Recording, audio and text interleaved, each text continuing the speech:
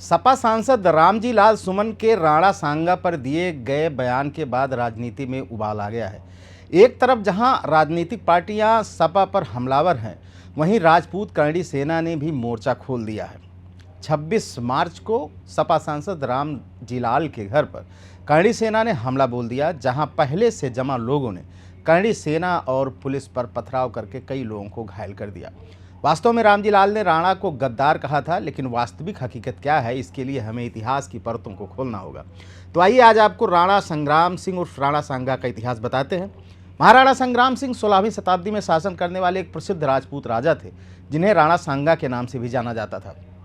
उन्होंने शानदार नेतृत्व और अटूट साहस के साथ 20 वर्षों तक शक्तिशाली हिंदू साम्राज्य मेवाड़ पर शासन किया। 12 अप्रैल 1482 को राणा सांगा का जन्म मेवाड़ के शासक परिवार में हुआ। राणा सांगा के पिता का नाम राणा रायमल था। राणा सांगा ने दिल्ली सल्तनत के लोधियों और मुगल शासकों के खिलाफ लड़ाई लड़ी। राणा रायमल की मृत्यु के बाद मेवाड़ की गद्दी के लिए भीषण संघर्ष हुआ। उन्होंने 1473 से 1508 तक शासन किया। राणा रायमल के बड़े पुत्र पृथ्वीराज सबसे योग्य राजा के रूप में उभरे। पृथ्वीराज ने मेवाड़ पर अपना प्रभुत्व स्थापित करने के लिए मेवाड़ के महाराणा बनने के रास्ते में आने वाली हर बाधा को दूर करना शुरू कर दिया। राणा सांगा पृथ्वीराज के मेवाड़ राज्य पर कब्जा करने के रास्ते में सबसे बड़े रोड़े के रूप में खड़े थे। उनके बड़े भाई पृथ्वीराज ने उन्हें हमेशा के लिए हटाने के लिए राणा सांगा की एक आंख को अंधा करवा दिया।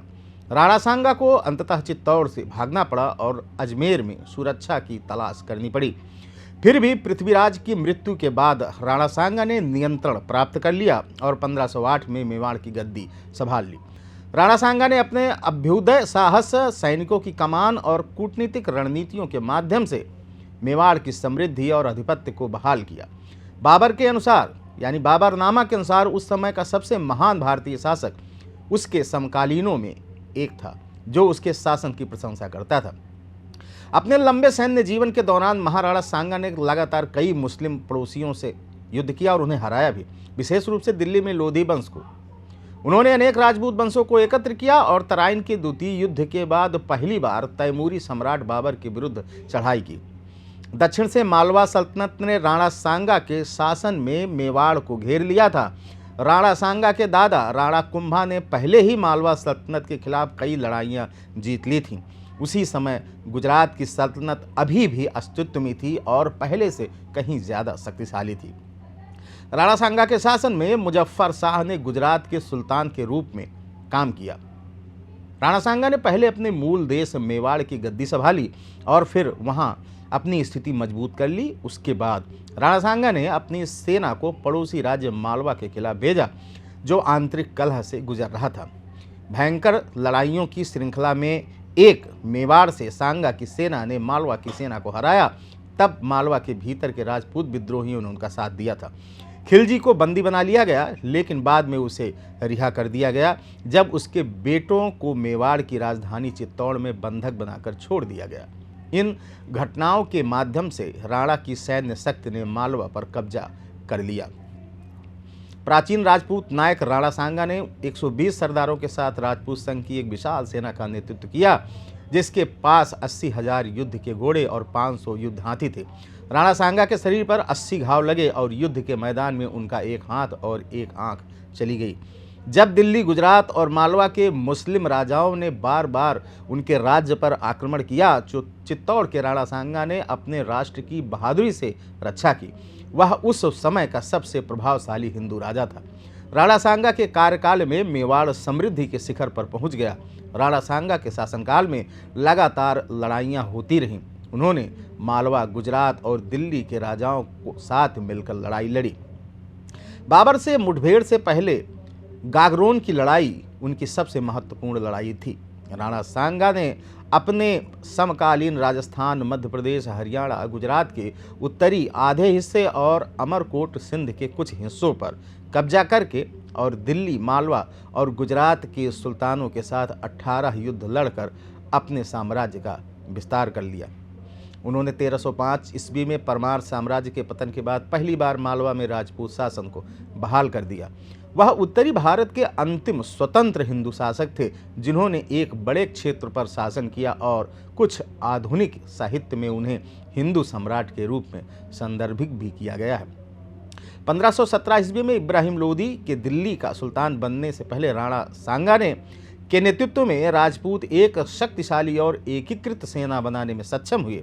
इब्राहिम लोदी मेवाड़ पर आक्रमण करना चाहता था क्योंकि वह राजपूतों के बढ़ते प्रभुत्व से चिंतित था। 1518 ईस्वी में विस्तारवादी इब्राहिम लोदी की सेनाओं और राणा सांगा के नेतृत्व में वीर राजपूतों के बीच खतौली मैदान में भिड़ंत हुई। इस युद्ध में दिल्ली की अफगानी सल्तनत को पूरी तरह से हार का सामना करना पड़ा। इब्राहिम लोदी की सेना को आगरा तक भागने के लिए विवश होना पड़ा, लेकिन इस संघर्ष के दौरान राणा सांगा ने अपने दोनों हाथ और पैर खो दिए। इब्राहिम लोदी ने 1519 में राणा सांगा के मेवाड़ साम्राज्य पर 2 दिशाओं से हमला करने का फैसला किया। इस पर उसने मालवा के सुल्तान के साथ समझौता कर लिया। फिर भी लोधी और मालवा के बीच यह गठबंधन बेकार रहा। 1519 में धौलपुर की लड़ाई में कम संख्या वाले राजपूतों ने इब्राहिम लोधी को बुरी तरह खदेड़ दिया। इस जीत के कुछ ही समय बाद राजपूत मालवा के उत्तरी क्षेत्रों पर नियंत्रण करने में सफल हो गए। 1520 ईस्वी में गुजरात के शासक मलिक हुसैन ने राजपूताना की दक्षिणी सीमाओं पर हमला बोला। परिणाम स्वरूप राणा सांगा और गुजरात के सुल्तान के बीच इधर की चौथी लड़ाई लड़ी गई। सुल्तान की सेना को फिर से परास्त कर दिया गया, जिससे उसे अहमदाबाद भागने पर मजबूर होना पड़ा। राणा सांगा और उसके सैनिकों ने उसका अहमदाबाद तक पीछा किया।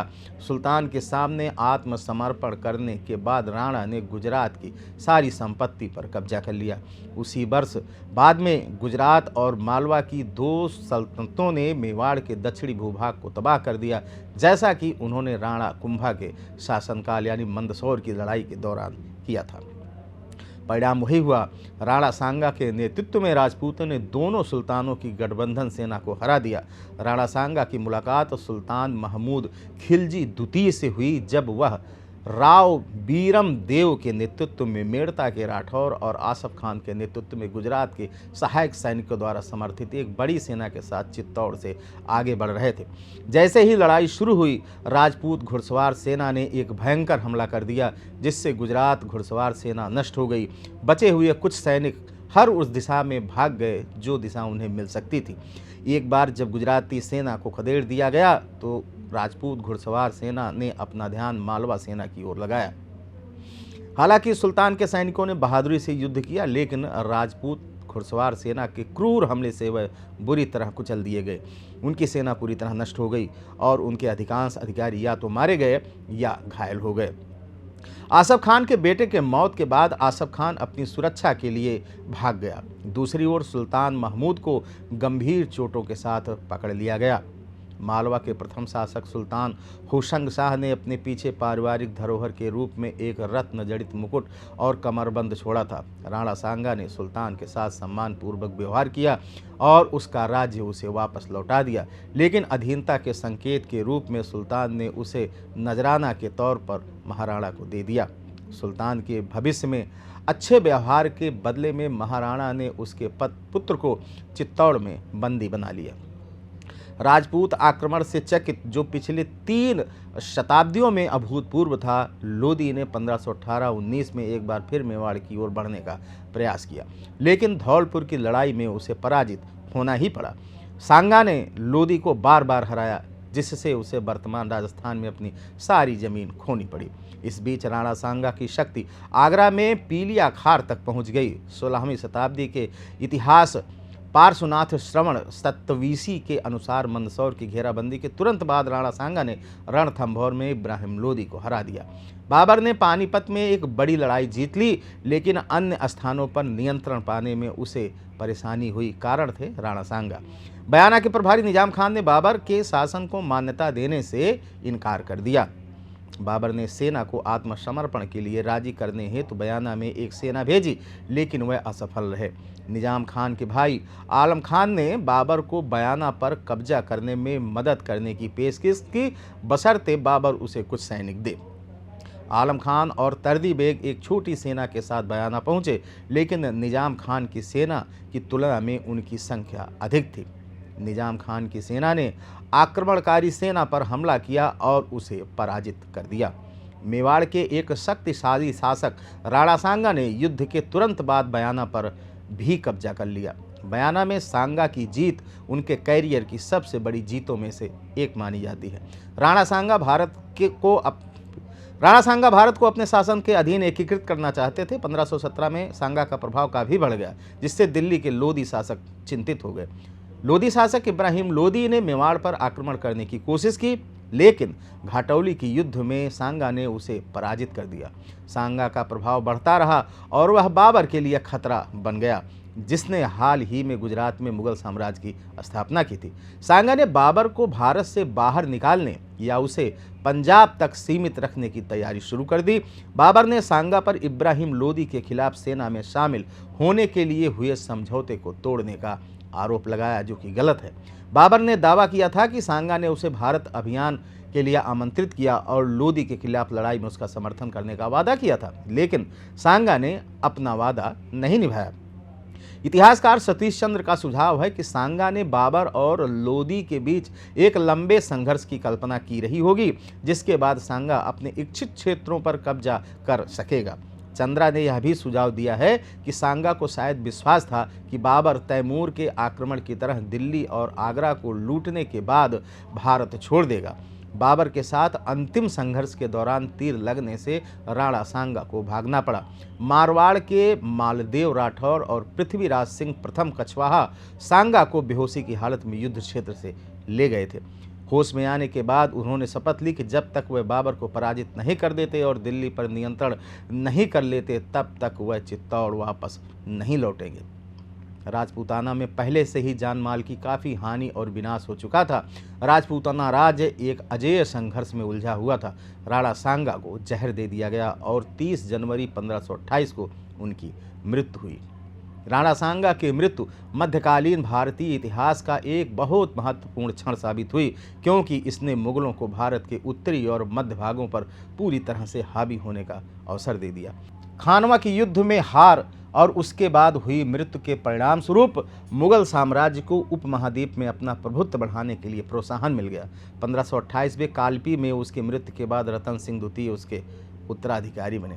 लेकिन यह सत्य है कि जब तक राणा सांगा जिंदा रहे, तब तक मुगल भारत पर कब्जा नहीं कर सके। यह बात भी सत्य नहीं है कि राणा ने बाबर को भारत बुलाया था, जबकि बाबर तो स्वयं राणा सांगा से हमेशा भयभीत रहता था, क्योंकि वो जानता था कि राणा सांगा एक ऐसा वीर है जो मर तो सकता है पर मैदान नहीं छोड़ेगा। और यही वजह रही कि बाबर हमेशा ही राणा से डरता रहा और राणा के जीते जी वह भारत पर कब्जा करने में नाकाम रहा। आज की बात समाप्त करने की दीजिए इजाज़त। नमस्कार। अगर आप इस वीडियो को YouTube पर देख रहे हैं तो चैनल को सब्सक्राइब करें और बेल आइकन दबाना ना भूलें। अगर Facebook पर देख रहे हैं तो चैनल को लाइक करें।